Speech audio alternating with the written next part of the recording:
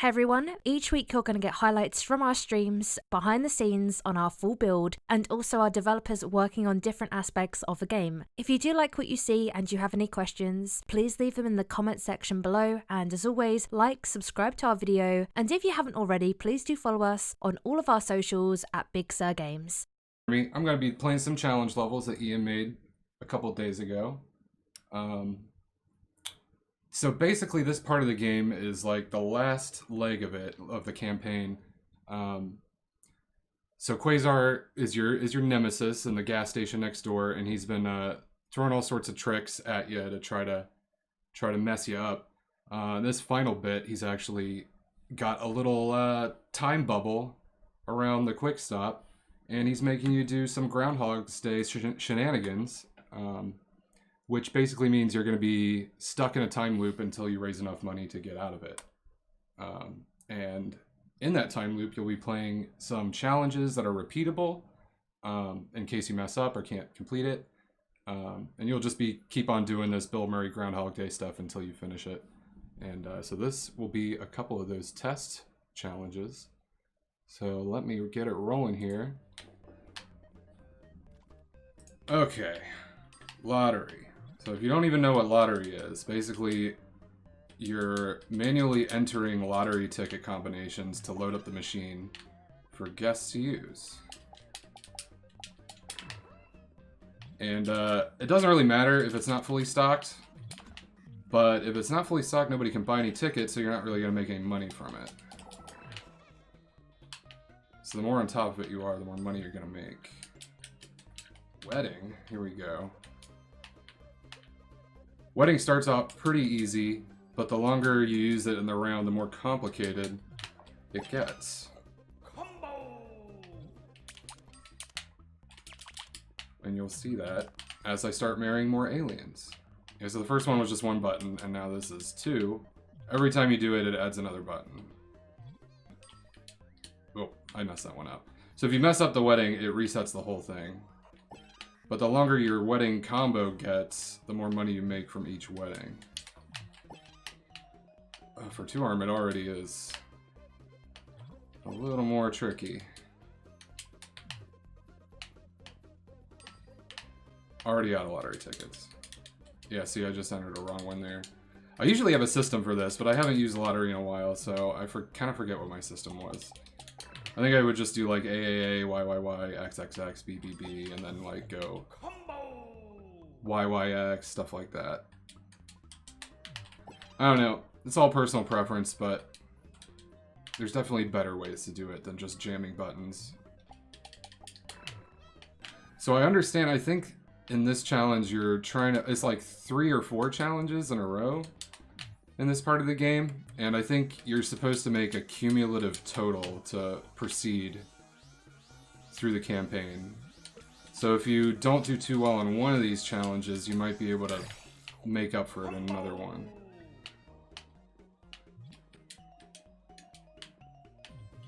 A-Y-A-B. Okay. And as the wedding service gets longer, more crazy stuff happens, like champagne shows up.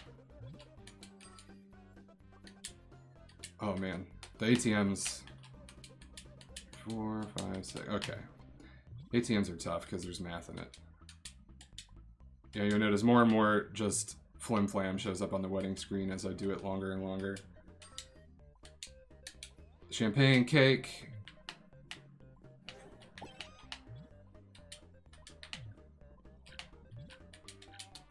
Ooh. There is a lot going on here.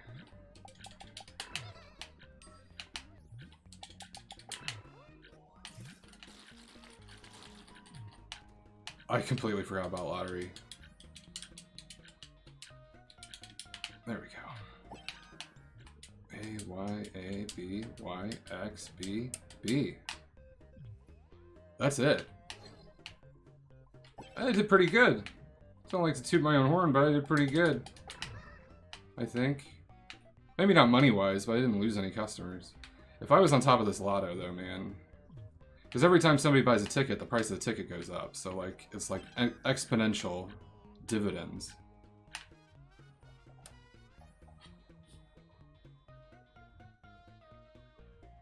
Geez, vending machine. It's killing it. Making a ton of money off vending machine for some reason.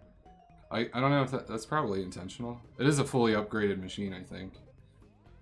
Yeah, I bet Lotto could have been like many hundreds if I had just kept up with it.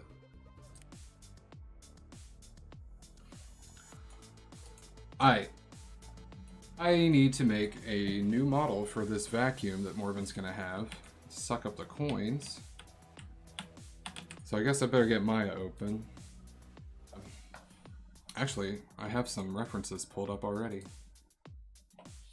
Something kind of like this design with the, the classic Luigi's Mansion backpack vacuum cleaner system. This one. This is the one I'm gonna make. Isn't that great? But something like that. Won't have Barney on it, of course, but we're going for a kind of cartoony, colorful style, so maybe like a Fisher-Price toy sort of look would be good. Alright, so we're just gonna block out our basic shape here.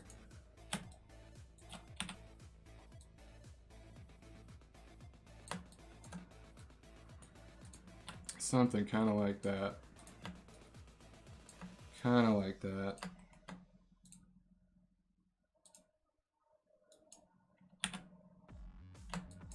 And we'll just keep adding edges and extruding until it's something close to what we want.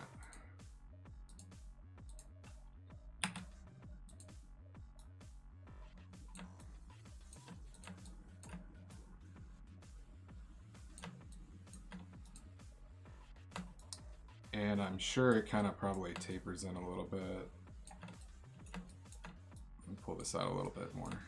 And we need to add some more divisions to it.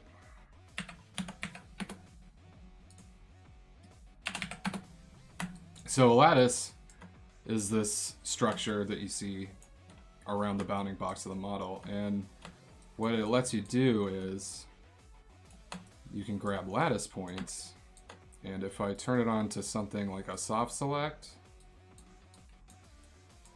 I can actually taper the whole model. So the lattice is actually doing the work here to forming this thing. I don't have to go into every edge loop and try to match it up and get it all looking nice and smooth. I can kind of just use my lattice. Pretty handy tool. Something kind of like that might already work. Maybe I'll boof up the back a little too. Maybe just this part.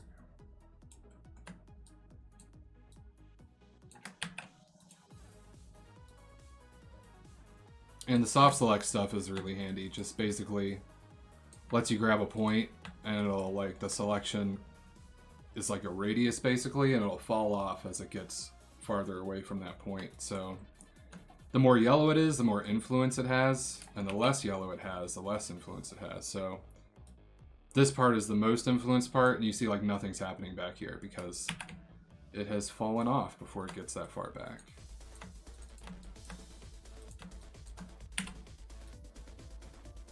Yeah.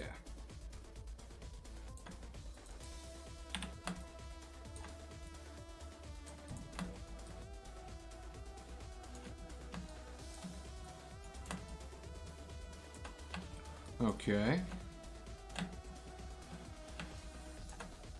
Maybe if I had some like cool like battery pack on the bottom or some like space age looking tubes on it or something.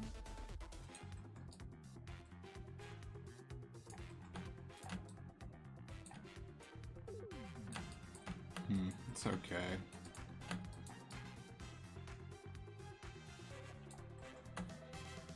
Usually subdivision modeling like this is the way to go.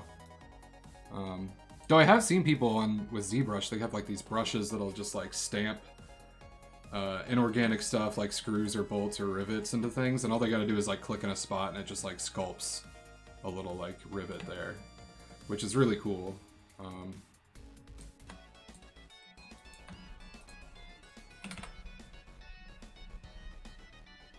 I could use this, maybe.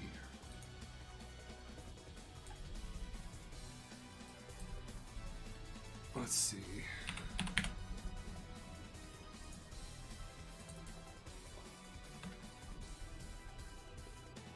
Oh, that is weird. Okay. Oh, that's actually already sort of working. I think the X speed needs to be way lower. Yeah. And maybe the texture itself could tile a little differently.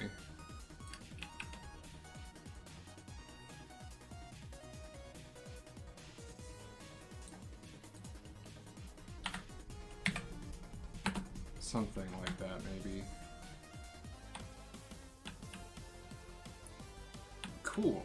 Well, I got the basics of the effect in. It's definitely still kind of ugly. It's not perfect by any means, but it's a start. We'll get it so the coins actually go into the vacuum instead of Morven's mouth. Get it animated right so he's holding it more correctly. And that'll just about do it for that.